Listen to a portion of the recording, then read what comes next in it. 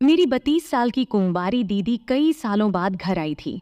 शादी में रुचि न होने पर पापा से बहस करके जॉब करने दूसरे शहर चली गई थी। तब से वह वहीं रह रही थी।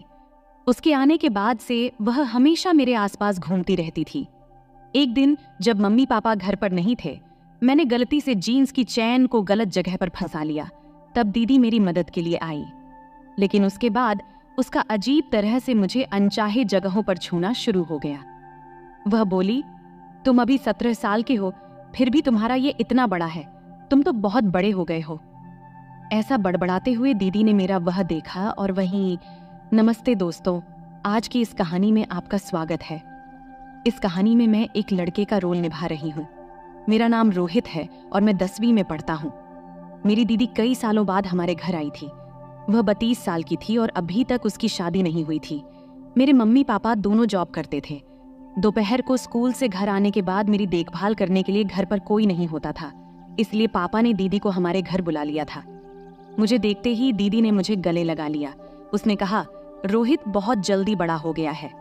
दीदी को घर आने के बाद से वह मेरे कमरे में ही रहती थी। मैं भी खुशी खुशी अपना कमरा उसके साथ शेयर कर रहा था। दोपहर को जब मैं स्कूल से घर आता तो मेरे हाथ से बैग लेने से लेकर खाना खिलाने तक मेरी सारी देखभाल दीदी ही करती थी। मैं अब 17 साल का हो गया था और 10वीं में पढ़ता था। दीदी को घर बुलाने का एक और अहम कारण था। करीब 1 महीने पहले मुझे थायराइड का पता चला था। इतनी कम उम्र में ही मुझे थायराइड के कारण एंटी थायराइड इंजेक्शन लेनी पड़ रही थी, जो एंटी थायराइड देने के लिए घर पर एक मेल नर्सन आया करता था। जैसे नर्सन होती हैं, वैसे ही मेल नर्सन भी होते हैं। वह लड़का हर दिन दोपहर में मुझे इंजेक्शन देने के लिए आता था। देखते देखते दीदी को घर आए कई दिन हो गए थे। मेरे स्कूल जाने से लेकर मेरे पढ़ाई तक की पूरी जिम्मेदारी दीदी ही उठा रही थी। एक रात अचानक मेरी नींद खुल गई। मेरी नींद अचानक खुलने का कारण था मेरे शरीर पर घूमता हुआ हाथ। दीदी अचानक मेरे शरीर पर हाथ फेरने लगी थी। मुझे शरीर पर किसी का हाथ फेरना बिल्कुल पसंद नहीं था। मुझे लगा ये सब दीदी से गलती से हो रहा है, लेकिन धीरे धीरे दीदी की कुछ ऐसी चीजें मेरे सामने आने लगी जो मुझे बिल्कुल पसंद नहीं थी। उस दिन मैंने पहली बार उसका वो अजीब व्यवहार देखा था, इसलिए मैंने उससे कुछ नहीं कहा। लेकिन अगले दिन भी दीदी ने फिर से वैसा ही कुछ किया। लगातार 2 दिन तक दीदी के इस अजीब व्यवहार को सहने के बाद मैंने तय किया कि अब मैं उससे इस बारे में बात करूंगा। अगले दिन जब मैं दोपहर में स्कूल से घर आया और खाना खाते समय मैंने उससे सवाल किया। तब मैंने कहा, दीदी, पिछले 2 दिन से रात को सोते समय तुम मेरे शरीर पर हाथ क्यों फेरती हो? क्या तुम्हें कोई बुरा सपना आता है? जैसे ही मैंने दीदी से ये सवाल किया, उसके चेहरे के हाव भाव बदल गए थे। उसने कहा, शायद मुझे कुछ सपने आते होंगे। सपने में गलती से मेरा हाथ तुम्हारे शरीर पर आ गया होगा। तब मैंने दीदी की बातों पर विश्वास कर लिया, परंतु इसके पीछे की सच्चाई कुछ और ही थी। उसी रात सोने के कुछ समय बाद ही मेरी नींद खुल गई। सोने से पहले मैंने प्यास लगने के कारण 2 गिलास पानी पिया था और इसी कारण मेरी आधी रात में ही नींद टूट गई थी। मैं उठा और देखा कि दीदी मेरे पास नहीं थी। मुझे लगा कि वह बाथरूम में होगी, लेकिन वह कमरे के बाथरूम में भी नहीं थी। तब मैंने उठकर दीदी को ढूंढने की सोचा। फिर मैं कमरे से बाहर निकलकर चारों ओर नजर दौड़ाया। तब दीदी मुझे मम्मी पापा के कमरे के बाहर दिखी। वह मम्मी पापा के कमरे में झांक रही थी। वह वहां क्यों झांक रही थी, ये मुझे भी समझ में नहीं आ रहा था। तब मैंने दीदी की ओर जाने की सोचा, पर तभी वह मेरे कमरे की ओर पलट गई। अगर मुझे दीदी देख लेती तो उसे लगता कि मैं उसका पीछा कर रहा हूँ, इसलिए दीदी के मुझे देखने से पहले ही मैं अपनी जगह वापस जाकर सो गया। कुछ ही देर में दीदी भी कमरे में आई। आते ही वह अपनी जगह सो गई और उसका वही अजीब व्यवहार फिर से शुरू हो गया। वह फिर से मेरे शरीर पर हाथ फेरने लगी। दीदी ऐसा अजीब व्यवहार क्यों कर रही थी, ये मुझे समझ नहीं आ रहा था। पर एक बात मुझे जरूर समझ में आई थी कि वह मम्मी पापा के कमरे में कुछ देखती है और फिर मेरे शरीर पर हाथ फेरती है। दीदी आखिर मम्मी पापा के कमरे में क्यों झांकती है, ये जानने की मेरी इच्छा बढ़ रही थी। अगले दिन दोपहर में घर पर मैं और दीदी ही थे। दीदी मेरा पढ़ाई करवा रही थी। जब वह मेरा पढ़ाई करवा रही थी तो मैंने उससे सहजता से सवाल किया, दीदी, तुम इतनी सुंदर हो, फिर भी तुम्हारी शादी क्यों नहीं हुई? इस पर उसने कहा, पहले मुझे लगता था कि शादी एक बहुत तनावपूर्ण रिश्ता होता है, क्यों बेवजह उसमें फंसना। पर अब धीरे धीरे मुझे शादी की जरूरत महसूस होने लगी है। लेकिन अब मेरी उम्र इतनी हो गई है कि मेरे उम्र का जोड़ीदार मिलना थोड़ा मुश्किल है। दीदी के जवाब पर मैंने फिर से उससे कोई और सवाल नहीं किया। तब चुपचाप मैं पढ़ाई करने लगा। कुछ ही देर बाद इंजेक्शन देने वाले ब्रदर मुझे इंजेक्शन देने के लिए घर आया। इंजेक्शन लेने के बाद मैं थोड़ी देर के लिए सो गया। जब मैं सोकर उठा तो उठते ही मुझे तेज भूख लग गई थी। मुझे मैगी खाने की डच्छा हो रही थी, इसलिए मैंने दीदी से मेरे लिए मैगी बनाने को कहा। उस समय दीदी मम्मी के कमरे में थी। जब मैं उस कमरे के पास गया तो मुझे दीदी वहाँ कुछ अलग ही रूप में दिखी। वह अभी अभी नहाकर बाहर आई थी। वह खुद को शीशे में ऐसे निहार रही थी जैसे वह 18 साल की लड़की हो। दीदी का खुद को निहारना अब कब खत्म होगा, इसकी प्रतीक्षा करते हुए मैं कमरे के बाहर खड़ा था। लेकिन वह तो खुद को हीरोइन समझकर और भी अदा बिखेर रही थी। इधर मेरी भूख भी कंट्रोल नहीं हो रही थी। आखिरकार मैं दीदी के कमरे में चला गया। मुझे देखते ही दीदी थोड़ी शर्मा गई। उस समय वह वैसे ही मेरे सामने खड़ी थी और मुझसे बातें करने लगी। दीदी उस वक्त नहाने का गाउन पहने हुए थी। मुझे देखते ही उसने कहा, उठ गए रोहित तुम? अच्छा, अब आ ही गए हो तो बताओ मैं कैसी लग रही हूँ। मुझे भूख लगी थी इसलिए मैं वहां गया था, लेकिन दीदी तो मेरे मुंह से अपनी तारीफ सुनने में व्यस्त हो गई थी। तभी उसने मेरा हाथ पकड़कर मुझे आईने के सामने ले गई। एक हाथ मेरे गले में डालकर वो मेरे पीछे खड़ी हो गई। उसने कहा, रोहित तुम्हें क्या लगता है, क्या मुझे अब भी शादी करनी चाहिए? दीदी के इस सवाल पर मैं क्या जवाब दूं, समझ नहीं पा रहा था। मैंने उससे कहा, दीदी शादी करना तुम्हारा निजी फैसला है, इस पर मैं कुछ नहीं कह सकता। मैं तो यहाँ इसीलिए आया था क्योंकि मुझे बहुत जोर से भूख लगी है। क्या तुम मेरे लिए मैगी बना सकती हो? मेरी बात सुनकर दीदी हंस पड़ी। उसने कहा, मैंने तो तुम्हें बड़ा समझा था, लेकिन तुम अब भी बच्चों की तरह व्यवहार कर रहे हो। कोई बात नहीं, अब तुम्हें समझदार बनाने की जिम्मेदारी मेरी है। ठीक है, तुम यहाँ रुको, मैं तैयार होकर आती हूँ। उस समय मैं उस कमरे से बाहर आ गया। कुछ ही देर में उसने मुझे मैगी बना के दी। उसी रात मैंने तय कर लिया था कि मैं मम्मी पापा के कमरे में झांकूंगा, क्योंकि मुझे जानना था कि दीदी वहाँ क्यों जाती है। रात में सोने के बाद कुछ ही देर में मैंने अपनी आंखें खोली। उस समय मैं जानबूझकर बड़बड़ा रहा था, पानी कहाँ है, प्यास लगी है, लेकिन कमरे में पानी नजर नहीं आ रहा था, इसलिए अब मुझे किचन में जाकर ही पानी पीना पड़ेगा। मैं यह सब जानबूझकर बड़बड़ा रहा था ताकि दीदी को लगे कि मैं सचमुच पानी पीने जा रहा हूँ, क्योंकि मुझे अच्छी तरह पता था कि वह भी जाग रही है। फिर मैं कमरे से बाहर निकला। फिर पानी पीने किचन न जाकर मैं मम्मी पास के कमरे के बाहर गया। दरवाजा थोड़ा खुला था और जब मैंने अंदर झांका तो मम्मी पापा एक दूसरे के साथ दिखे। पापा ने मम्मी को प्यार से पास में खींच लिया था। वह दृश्य देखकर कुछ बातें मेरे समझ में आ गईं। मुझे जो समझना था वह मैं समझ चुका था। फिर मैं चुपचाप अपने कमरे में वापस आ गया। उस रात मैंने दीदी को अपने कमरे से बाहर जाते नहीं देखा था, लेकिन मुझे यह समझ में आ गया था कि दीदी के मन में कुछ अलग ही चल रहा है। अब मुझे उससे अकेले में बात करनी थी। देखते देखते 3 दिन बीत गए। मेरी गर्मी की छुट्टियां शुरू होने वाली थीं। मम्मी पापा ने कहीं बाहर जाने का प्लान बनाया था। यह प्लान उन्होंने सिर्फ अपने लिए ही बनाया था। मम्मी बाप का कहना था कि सामने मेरे 10वीं का एग्जाम है, इसलिए अब मैं छुट्टी का इस्तेमाल अपने सिलेबस की तैयारी के लिए करूं। मम्मी बाप ने मुझे छुट्टी के बावजूद पढ़ाई करने को कहा था और इसी वजह से उन्होंने मुझे ट्रिप पर साथ नहीं ले गए। 3 दिन बाद जब मेरी छुट्टियां शुरू हुईं, तब मम्मी बाप अपनी ट्रिप पर निकल गए थे। उनके जाने के बाद घर में मैं दीदी के साथ अकेला था। उस दिन घर में कोई नहीं था, तो मैंने दीदी से सवाल किया। मैंने उससे कहा, दीदी अब तुम्हें भी शादी करने की इच्छा होती होगी, है ना? यहाँ आने के बाद से मम्मी बाप को साथ देखकर तुम्हें भी लगता होगा कि तुम्हें भी कोई ऐसा चाहिए जो तुमसे प्यार करे। जैसे ही मैंने सवाल किया, उसकी आंखों में आंसू आ गए। वह बोली, रोहित तुमने सच में मेरे दिल की बात पहचान लिया। फिर दीदी ने रोते रोते मुझे गले लगा लिया। वह कहने लगी, मैं तुम्हें छोटा समझ रही थी, लेकिन तुम बिल्कुल छोटे नहीं हो। तुम्हारी इस समझदारी की बात सुनकर मुझे तुम्हारे अंदर का एक बड़ा आदमी नजर आ रहा है। क्या तुम्हें सच में लगता है कि मेरी इस उम्र में मुझे कोई पसंद करेगा? दीदी ने फिर वही सवाल मुझसे किया था जिसका जवाब मेरे पास नहीं था। लेकिन उस दिन के बाद से दीदी का नजरिया मेरे प्रति बदल गया था। उस दिन के बाद से दीदी ने घर में मम्मी के स्टाइलिश कपड़े पहनने शुरू कर दिए थे। दीदी को स्टाइलिश कपड़ों में देखकर मैं उसे देखता ही रह जाता। जब वह स्टाइलिश कपड़े पहनकर तैयार होती तो वह खास तौर पर मेरी तारीफ सुनने के लिए उत्सुक रहती। इतना ही नहीं, वह मुझसे चिपक कर फोटो भी खिंचवाती। दीदी का जो भी स्पर्श मुझे होता वह कुछ अलग ही दर्शाता था। उसका एकदम से बदला हुआ अंदाज कुछ और ही बता रहा था, जैसे वह मुझे बेवजह इशारे कर रही हो। खैर, एक दिन सुबह नहाने के बाद मैंने जीन्स पहनी।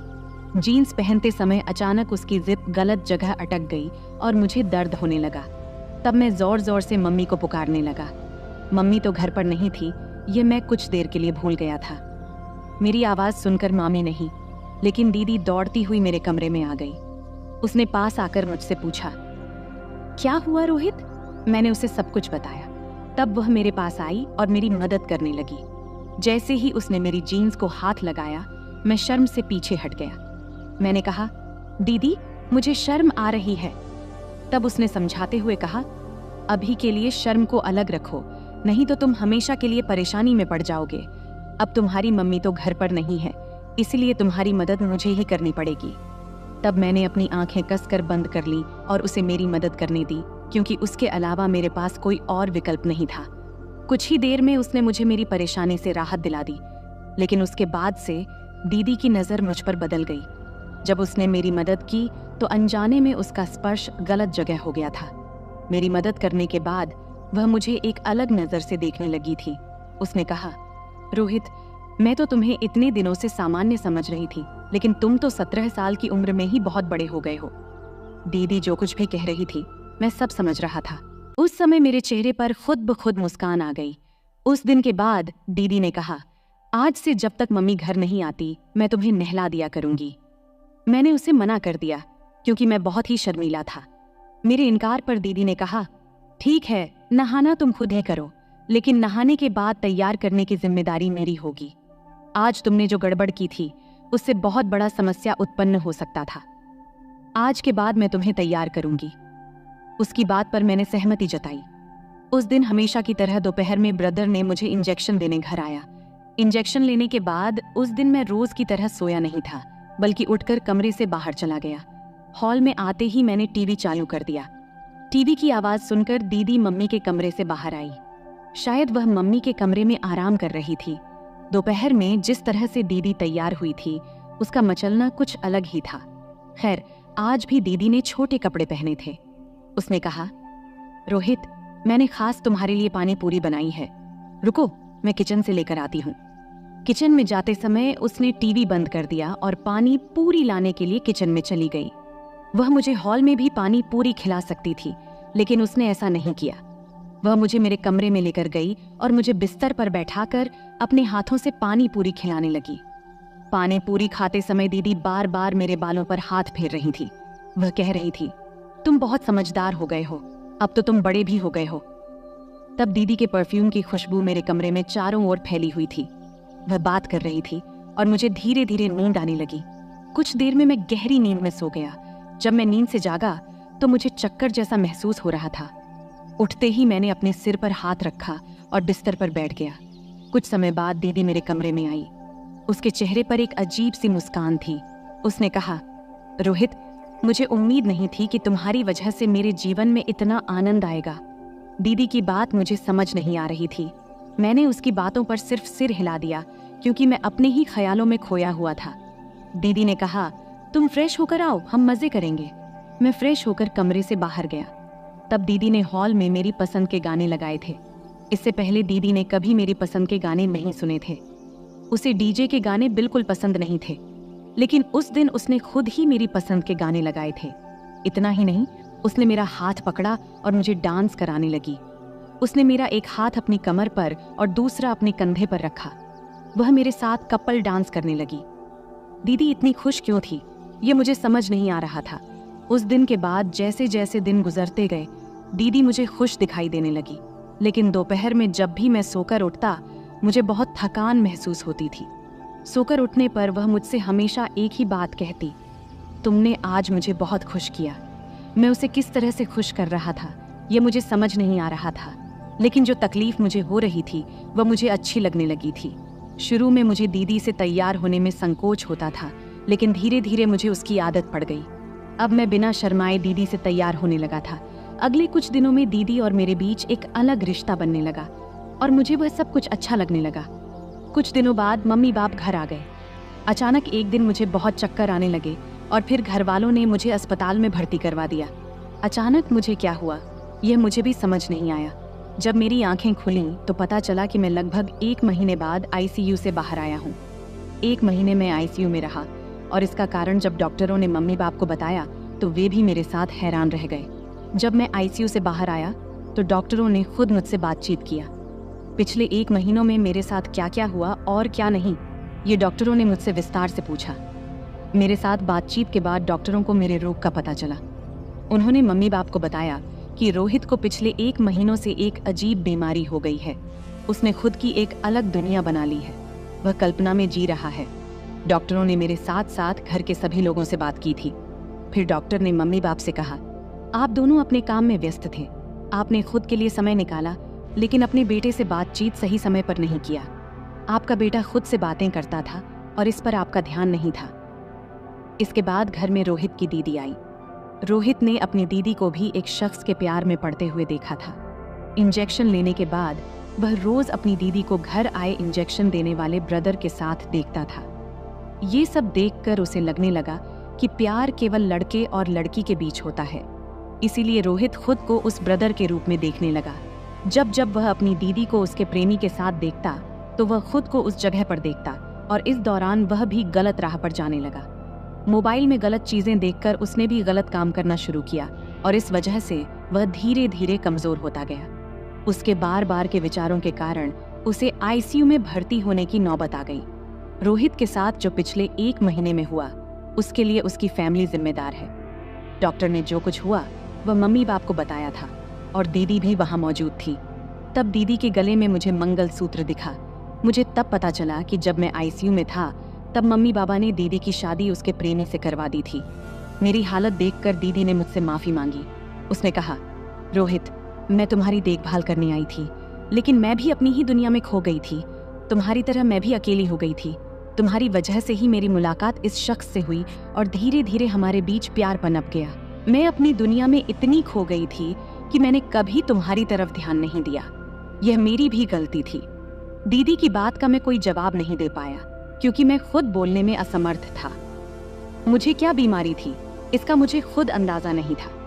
मेरी बीमारी के बारे में पता चलते ही मम्मी पापा ने उस दिन के बाद से मेरी देखभाल खुद करना शुरू कर दिया। उन्होंने मुझसे बातचीत करना शुरू किया। तब मुझे यह समझ में आने लगा कि प्यार सिर्फ प्रेमी प्रेमिका के बीच का रिश्ता नहीं होता, बल्कि माता पिता और बच्चे का भी एक प्रेमपूर्ण रिश्ता होता है। तो दोस्तों, अपने बच्चों को दूसरों के भरोसे नहीं छोड़ना चाहिए। आजकल कई माता पिता अपने करियर को बनाने में व्यस्त रहते हैं। इसी करियर की दौड़ में वे अनजाने में अपने बच्चों की उपेक्षा कर देते हैं। इसका उन्हें एहसास नहीं होता। अगर माता पिता खुद अपने काम में व्यस्त होंगे तो इसके दुष्परिणाम बच्चों पर पड़ने लगते हैं। बच्चों को गंभीर मानसिक बीमारियों का खतरा हो सकता है। अगर आप अपने बच्चों को इस तरह की मानसिक बीमारियों से बचाना चाहते हैं तो बच्चों के साथ मित्र की तरह व्यवहार करें, रोज उनसे बातें करें, उन्हें कभी कभी बाहर घुमाने ले जाएं। हर माता पिता के लिए उनके बच्चे सबसे बड़ी संपत्ति होते हैं। यह माता पिता को कभी नहीं भूलना चाहिए। तो दोस्तों, यह थी हमारी आज की छोटी सी कहानी। आपको यह कहानी कैसी लगी कमेंट करके जरूर बताएं। अगर आपको यह कहानी पसंद आई हो तो इसे लाइक करें और अपने दोस्तों के साथ शेयर करें। आगे भी ऐसी ही रोमांचक कहानियों के लिए हमारे चैनल को सब्सक्राइब करें और बेल आइकन दबाना न भूलें ताकि आप हमारी कोई भी कहानी मिस न करें। धन्यवाद।